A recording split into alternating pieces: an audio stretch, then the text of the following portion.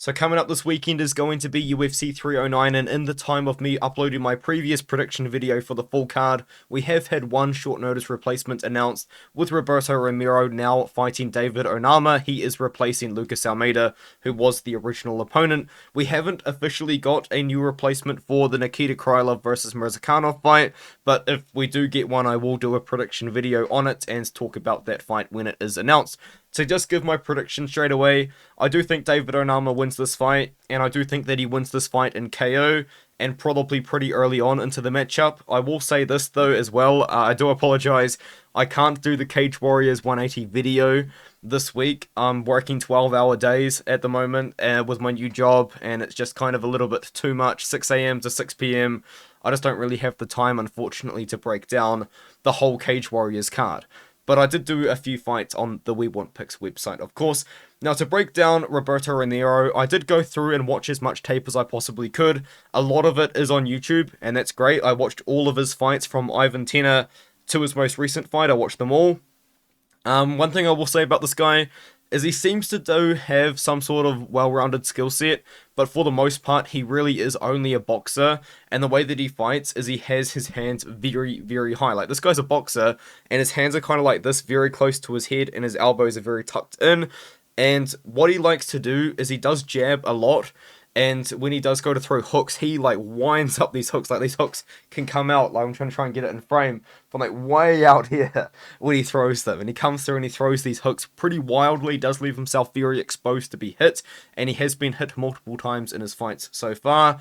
One thing as well that Roberto Romero does do very well though is he does target multiple parts of the body. He does jab a lot to the head, but he does throw a lot of his hooks to the body as well as the head, and he does have pretty good leg kicks. In fact, he actually dropped Ivan Tena with a leg kick in the first round of their matchup. He also does have head kicks. He actually knocked down Daniel Ayala with a head kick, but for the most part, I would say like 80% plus of his strikes are with the hands, and a lot of the time it's either a jab or it is him coming forward and pressuring forward with a hook. He can wrestle offensively. I haven't really seen him have to deal with too much defensive wrestling, aside from his loss to Patrick Lehane. But Patrick Lehane, for the most part, was just kind of defending and reversing the takedown attempts of Romero. But he does have offensive wrestling. Now, I don't think it is great, I will be honest, but he can wrestle if he needs to. But I don't think against David Onama he's going to be able to get the takedowns that he's probably going to need to in this matchup, because we just saw David Onama defend 9 takedowns against Jonathan Pearce. Jonathan Pearce attempted 14 takedowns. He did get 5 of them, but Onama was able to defend most of them, and if he did get taken down, he was able to stand up and get back up. So I think in this matchup, although Romero might find some success with the wrestling, I don't think he's going to find that much. And I do think, for the most part, Onama should be able to keep this fight on the feet, where I think that David Onama is going to have a pretty significant striking advantage. One thing that I think that Onama does do very, very well is throwing combination. You don't typically see fighters throw as much combinations in the UFC for some reason as you do with David Onama. I mean, David Onama, when he knocked out Gabriel Benitez, it was with a massive combination. I believe it was like 5 or 6 strikes, and he just didn't miss. He just landed them all on Gabriel Benitez, and it was a great combination.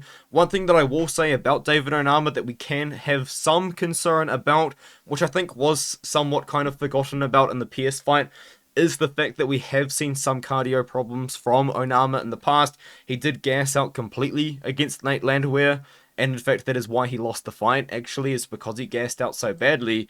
But against Roberto Romero, in my opinion, I don't think that that's really going to be too much of a problem, because Romero doesn't have good cardio either. This guy against Ivan Tena, I mean, I do recommend you watch this fight because it is quite fun. But in the first 2.5 minutes, he's breathing heavy. It was at a very high pace though. And then against Patrick Lehane was really able to find his rhythm later on in the fight because Romero was slowing down. But I will say this against Justin Vasquez, which is probably his best win and his best performance by far.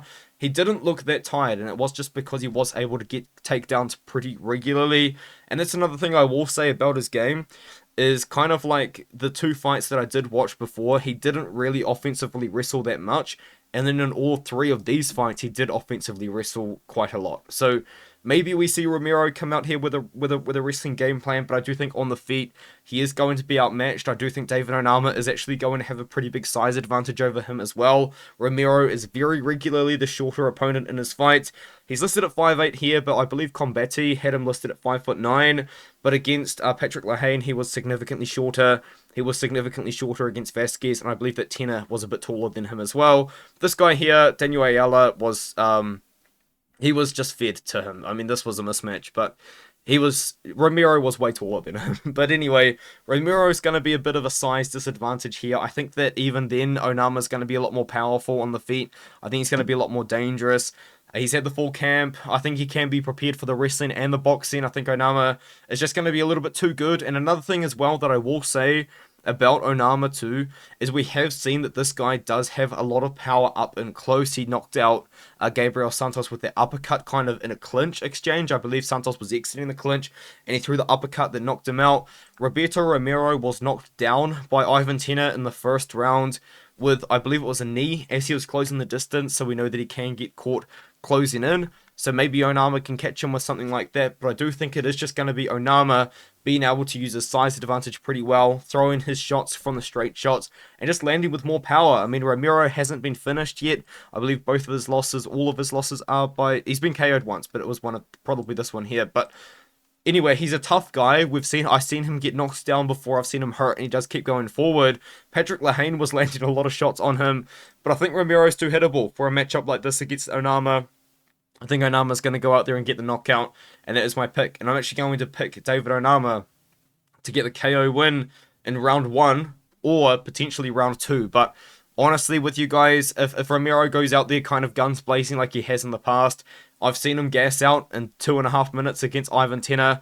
Onama could finish him late. I think that it is going to be an Onama round 1 knockout. So I'm going to go with Onama to win by KO in round 1. As I did say earlier, I'm waiting on a replacement for Krylov. I mean, Reina Derrida did say in his post-fight interview that he would be willing to take the fight. So that could be interesting if we see that 1-week turnaround, which we have seen before. But I don't know what the plans are for Krylov. I really would like to see Krylov get a fight, because if you guys don't know, he did recently have surgery on his back, and that's why he has been sidelined for so long. So, yeah. Anyway, let's talk about this one. Onama KO's the pick, and I'll see you guys in the next one.